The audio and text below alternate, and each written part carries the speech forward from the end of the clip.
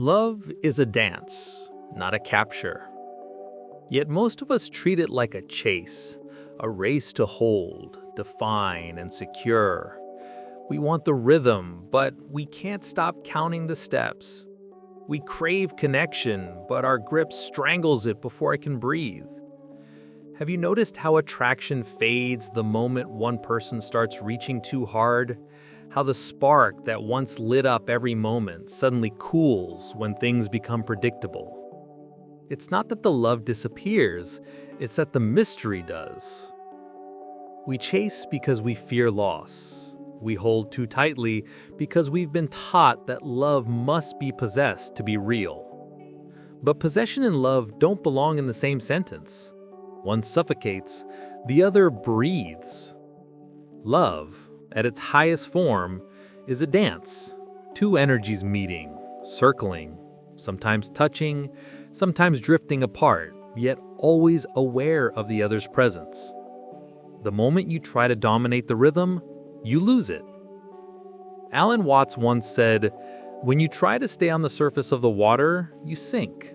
But when you relax, you float." The same applies to love.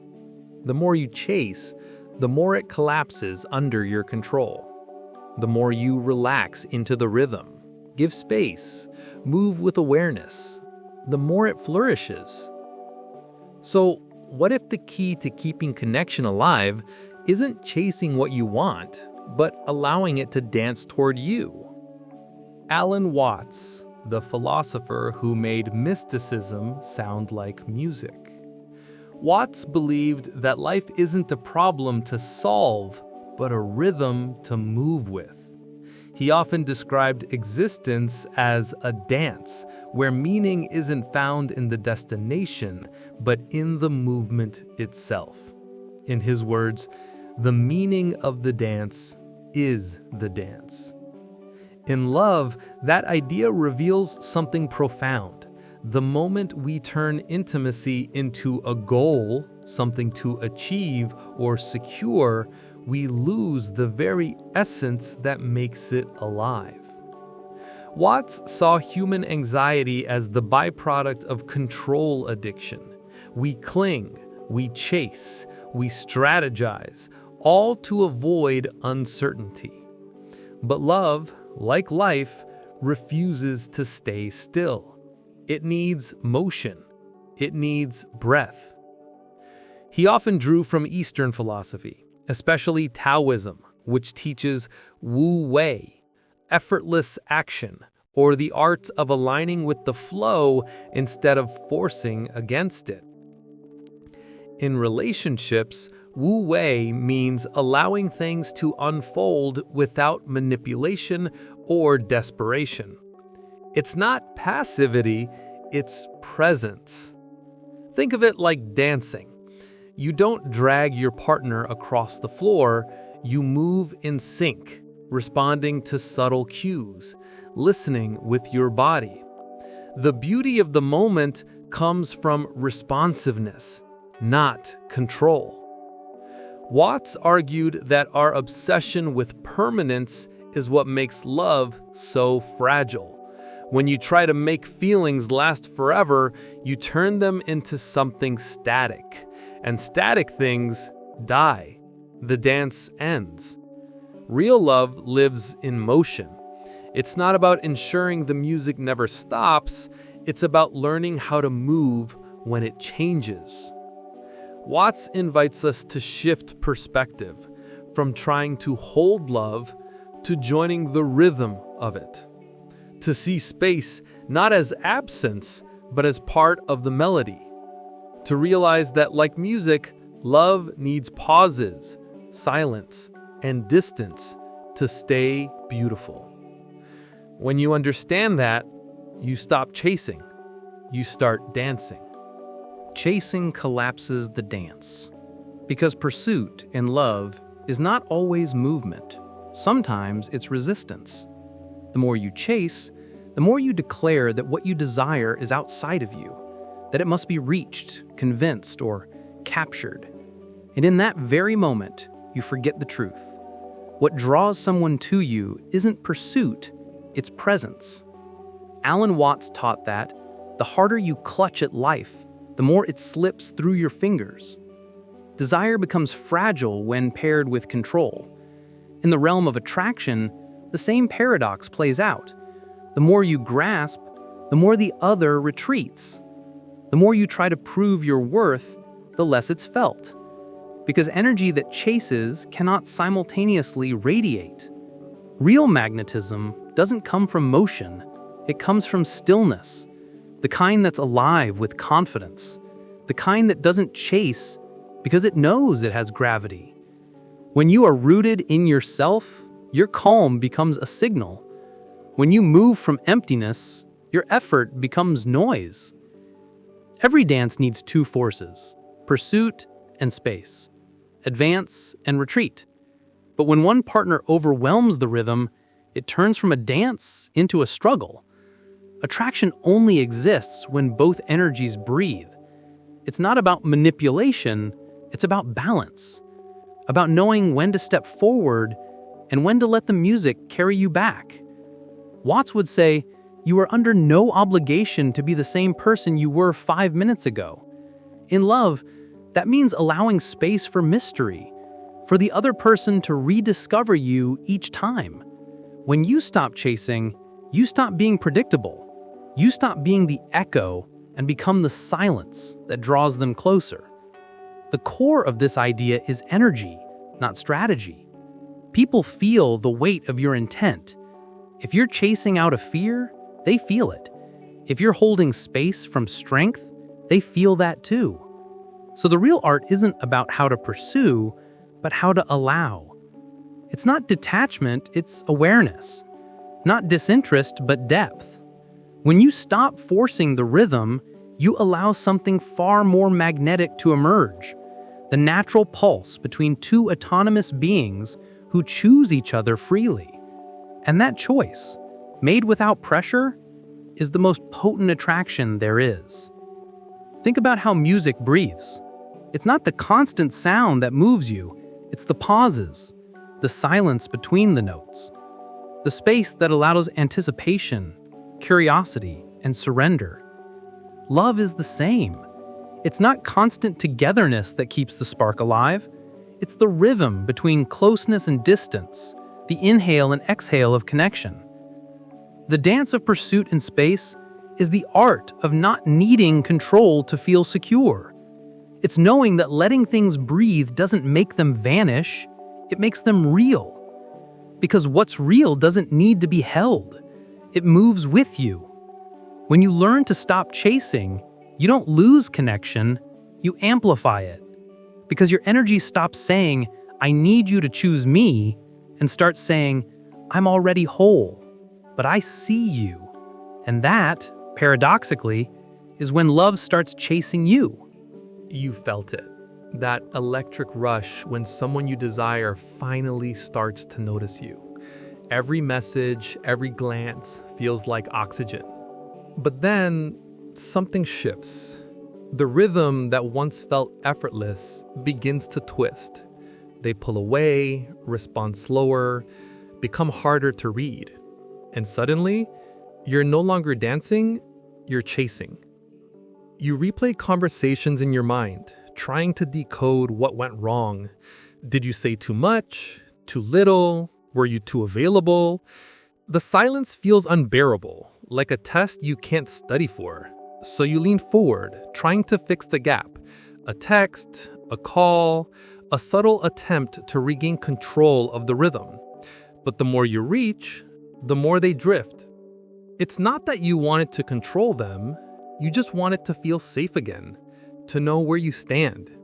Because uncertainty triggers something deep. That ancient fear of loss, rejection, abandonment. The mind panics and calls it love, but really, it's anxiety dressed in devotion. And yet, there's another feeling underneath that panic.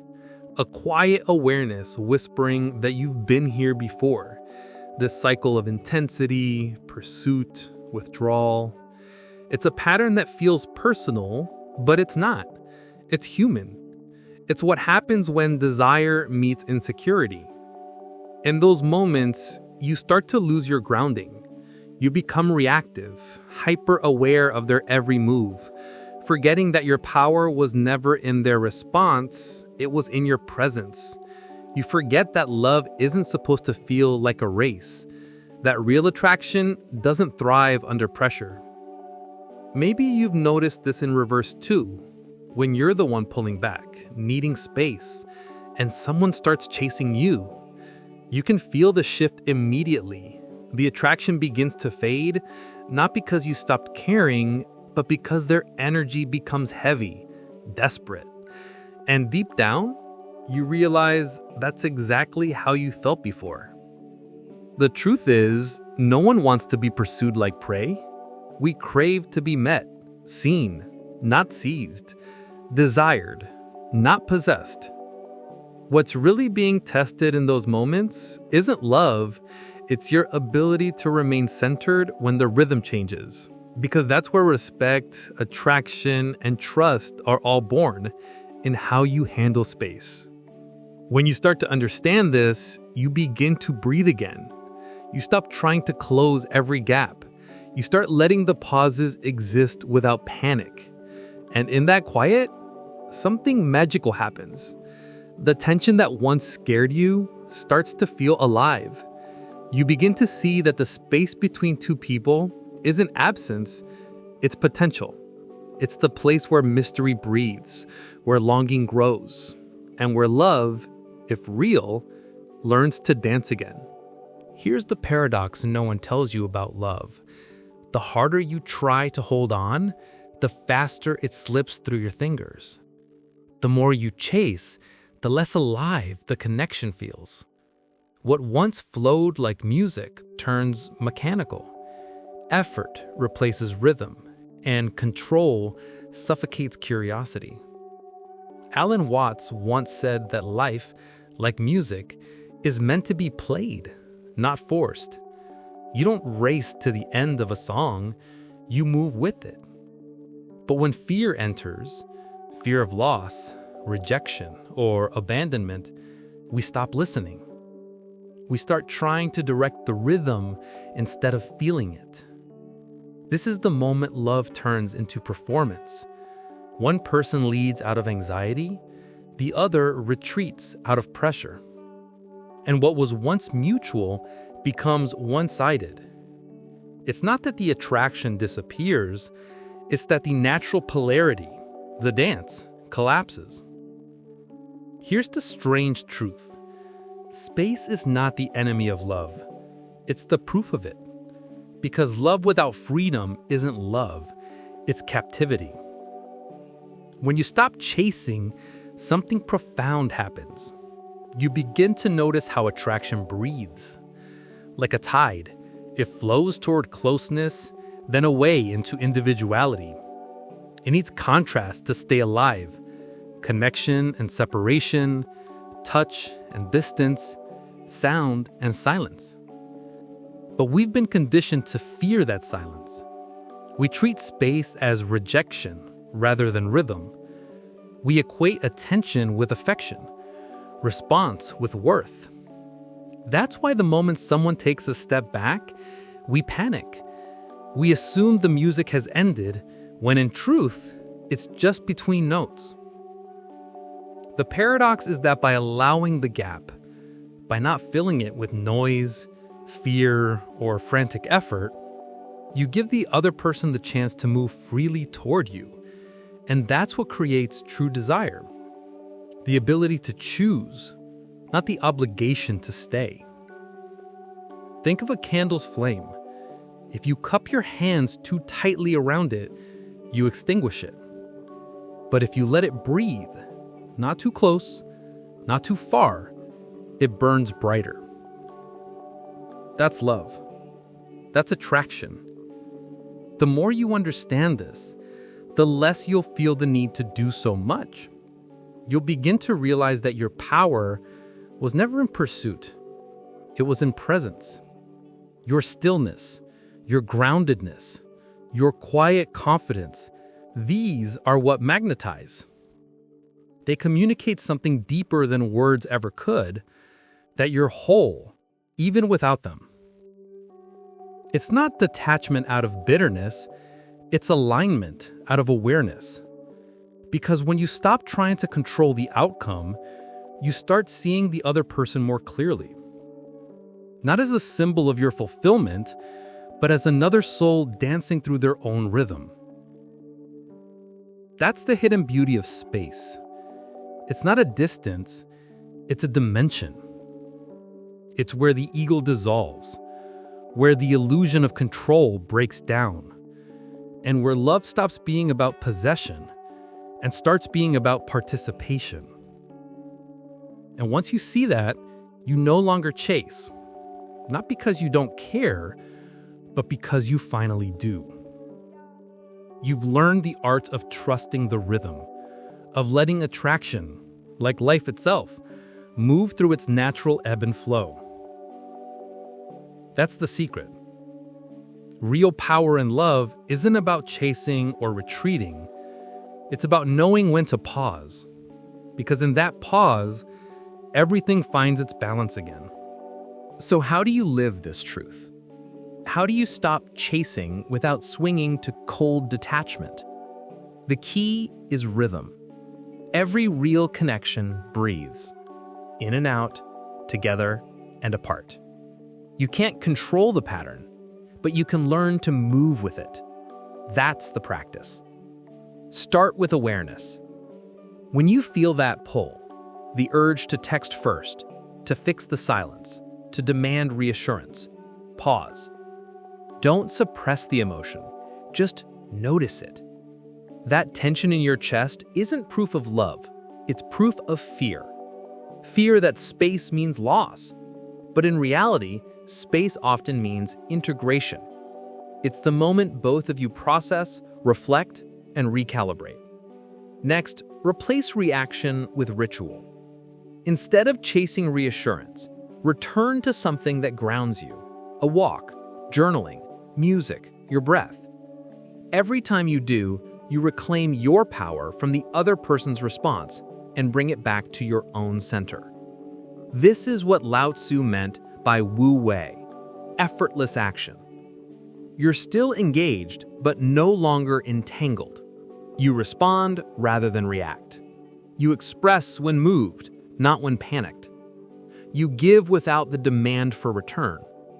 When you're with them, be fully present. Eyes, energy, attention. When you're apart, release. Don't hover in digital limbo, waiting for validation. That anxious waiting is the death of polarity. Instead, fill your life with purpose, friendships, and solitude that nourishes you. Here's the paradox. The more complete you are alone, the more magnetic you become together. People can feel when your peace doesn't depend on their response. It makes your energy stable, attractive without being needy, warm without being invasive. Set an inner standard. I move only when it's natural, not when it's forced. This simple boundary turns chaos into clarity. It stops you from overgiving, over-explaining, or over-pursuing.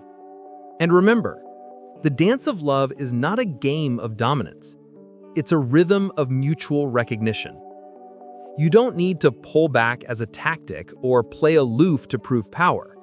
You just need to be authentic, grounded, and willing to let things unfold without control. In a world addicted to instant validation, this kind of restraint feels almost rebellious. But it's the most honest form of attraction. One that says, I am whole, and I meet you as an equal. That's the secret most people never learn. Desire thrives in the balance of presence and absence. Too much closeness, and the fire suffocates. Too much distance, and it fades. But just enough space, conscious, respectful space, lets both people breathe. So stop forcing the music. Listen instead. Let it move through you. Because when you trust the rhythm, connection becomes what it was always meant to be. A dance, not a chase. When you finally stop chasing and start dancing, something profound happens. Not just in your relationships, but in you. The anxiety that used to grip your chest starts to dissolve. You no longer wake up wondering, what did I do wrong? Or why hasn't she replied? Because your sense of worth is no longer held hostage by someone else's rhythm. You begin to move differently, slower, more deliberate, but alive. Your energy feels grounded, magnetic. People sense it when you enter a room. There's no desperation to be seen, only presence. You stop trying to predict the next step in the dance. You simply listen. You learn that silence isn't rejection, it's rest. That distance isn't punishment, it's breathing space. That when you let go of control, intimacy doesn't collapse, it deepens. And the irony? The moment you no longer need their validation is the moment they feel most drawn to you, because confidence, at its core, is peace, and peace, when embodied, becomes irresistible. In this new rhythm, relationships shift from chaos to cadence. You don't overextend to prove your love or pull away to protect it.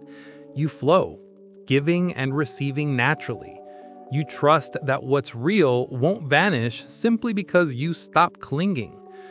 This shift ripples into every part of your life. Conversations become cleaner, boundaries clearer, emotions quieter.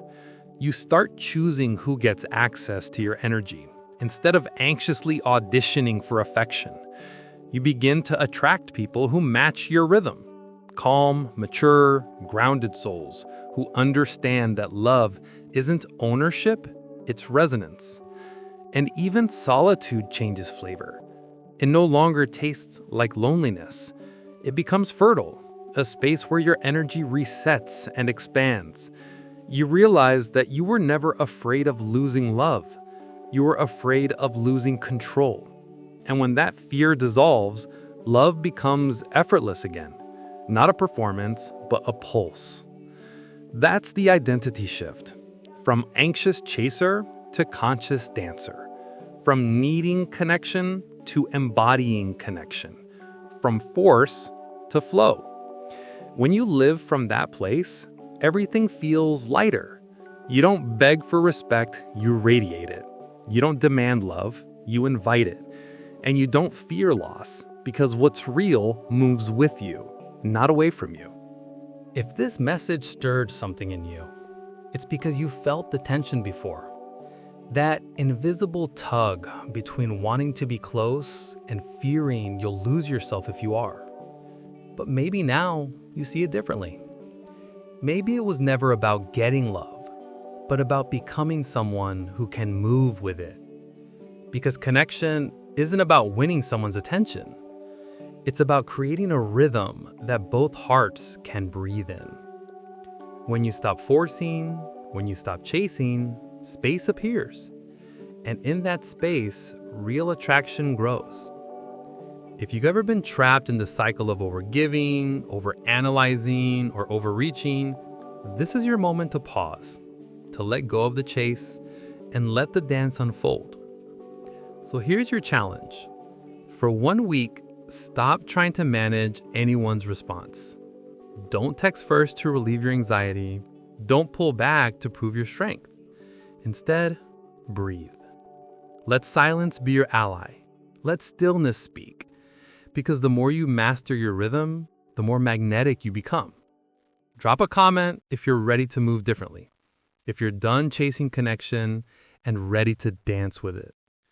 And if this message felt like truth, subscribe to Psyche Unmasked. Because we don't chase validation here. We study the art of attraction, power, and presence.